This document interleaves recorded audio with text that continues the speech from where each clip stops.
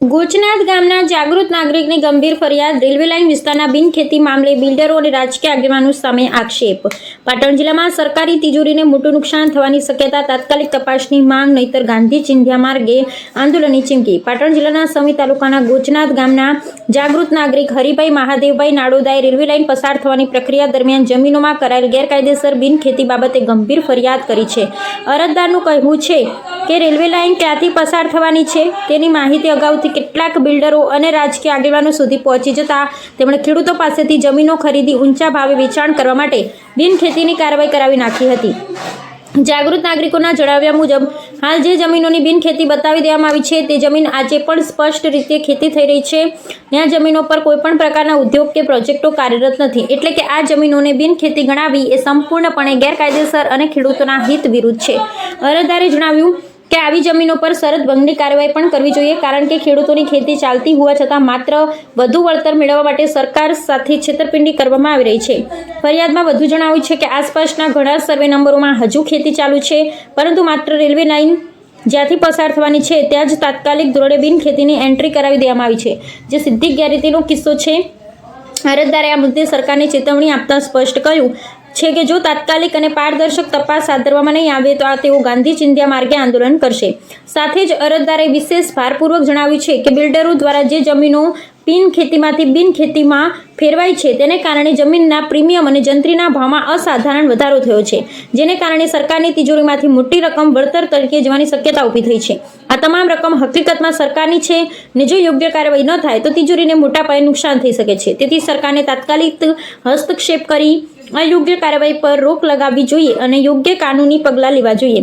સાથે જ રેલવેનું મંજૂરી નકશો બહાર પાડ્યો પછી જ એવી જમીનને બિનખેતી માનવ્યા ગણવી જોઈએ, જેવું જાગૃત નાગરિકોએ સ્પષ્ટ કહ્યું છે. જાગૃત નાગરિકની આ રજૂઆત પછી સ્થાનિક ખેડૂતોમાં ભારે રોષ ફેલાયો છે. માંગ ઉઠી છે કે સરકાર તંત્ર તાત્કાલિક જાગે, નવી તપાસ કરે, રેલવે માટે જરૂરી સર્વે ફરીથી હાથ ધરે ને જે જમીનોમાં હજી ખેતી ચાલી રહી છે તેને બિનખેતી ગણવાને બદલે સાચી હકીકત મુજબ નોંધણી કરે. અરજદારનું સ્પષ્ટ માનવું છે કે ખોટી બિનખેતી પ્રક્રિયાથી ખેડૂતોને વળતર ઓછું મળે છે, જ્યારે બિલ્ડરો અને રાજકીય આગેવાનોને લાભ થાય છે, જે ગંભીર અન્યાય છે. અરજદારોએ સરકારને તાકીદ હસ્તક્ષેપ કરવા વિનંતી સાથે ચેતવણી આપી છે કે જો ખેડૂતોને ન્યાય નહીં મળે તો આ મુદ્દો મોટા આંદોલનમાં ફેરવાશે. રિપોર્ટ નાથાલા ઠાકોર, વિશિષ્ટ કર્તવ્ય ન્યૂઝ, પાટણ. જય ભારત સાથે જણાવવાનું કે હું નાડોદા હરિભાઈ મહાદેવભાઈ, રહું ગોચનાથ, તાલુકો સમી, જિલ્લો પાટણ. મારે કહેવાનું એટલું થાય છે કે જાગૃત નાગરિક તરીકે જે હારીજથી રાધનપુર રેલવે નીકળે તેનું ઠરાવ કર્યા પહેલાં જો રેલવે સ્ટેશનથી કોઈ માહિતી મળી હોય અથવા કલેક્ટરમાંથી માહિતી મળેલી હોય તો જ મોટા મોટા બિલ્ડરોએ ખેડૂતોની જમીનના એને પણ કરાવી નાખ્યા છે. એને એવી રીતે કરાયા છે કે જે માત્ર ને માત્ર હારીજથી રાધનપુરની રેલવેની જે પટ્ટી નીકળે એટલામાં જ રેલવે થયેલા એને થયેલા છે. આ એને કરવાનું કારણ એટલું છે કે ગુજરાત રાજ્ય સરકારને અંધારામાં રાખી અને કલેક્ટરને કોઈ પણ ઠરાવ કર્યા પછી કોઈ આ વસ્તુ નીકળ્યા પછી સર્વે થયા પછી એને થતું નથી.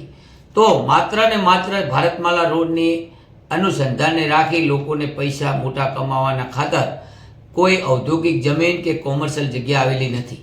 અને આ મળતિયા લોકોએ મોટા મોટા બિલ્ડરોએ જેવા કે રાધનપુરના મહેશજી રઘુરામ જેવા આવા મોટા ઘણા બધા બિલ્ડરો છે કે એમને પોતાના એક રૂપિયાને કમાવાના ખાતર સરકારી તિજોરીને મોટું નુકસાન કરવા માટે એકને માત્ર ને માત્ર હારીજથી રાધનપુર જે રેલવે નીકળે છે ત્યાંની તપાસ કરવામાં આવે અને તપાસ કરશો તો એવા 90% લોકોએ એક જ માત્ર જે સર્વે થયેલું છે એટલામાં જ એને કરાયેલું છે.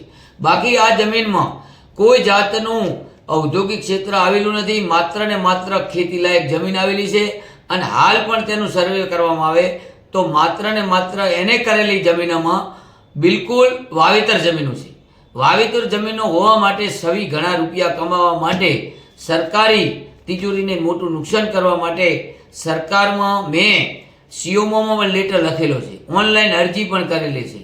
સીઓમોમાં અરજી ઓનલાઈન કરવાથી મારો જવાબ હજુ પણ એમને લીધો નથી. અને આજથી હું આ મીડિયાની અંદર એવું લખવામાં મારું વર્તવ્ય જણાવું છું કે જો આ મીડિયામાં આવવાથી એનું કોઈ પણ નિવારણ નહીં આવે તો હું ગાંધી માર્ગે આંદોલન પણ કરીશ અને હજુ આનો માટે હું પીઓમાં અરજી કરીશ.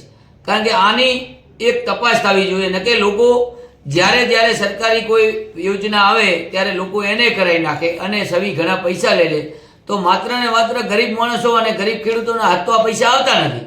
માત્ર ને માત્ર મોટા પૈસાવાળા થાય છે અને ગરીબ લોકો ગરીબ થાય છે અને ગરીબોની ખેતીની જમીન લૂંટાઈ જાય છે.